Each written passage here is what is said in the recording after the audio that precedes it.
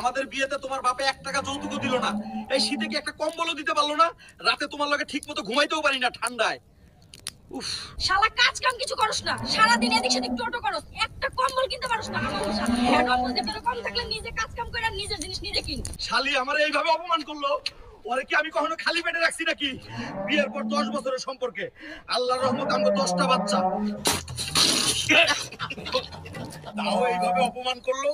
দাঁড়া, আজকেই একটা কম্বল কিনা আবার পেট ভরাই দিমু শালিরে।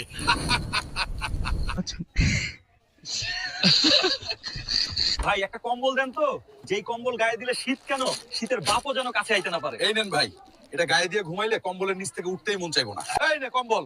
তোর অপমান সহ্য করতে না পাইরা কম্বল কিনছি। আজকেই ফুটবল টিম কমপ্লিট করুম। কম্বল ভালো করে দিয়া রাখ, যা। বন্ধুরা 5000 সাবস্ক্রাইবার পূরণ হইলেই 12 নম্বর বাচ্চা নিয়ে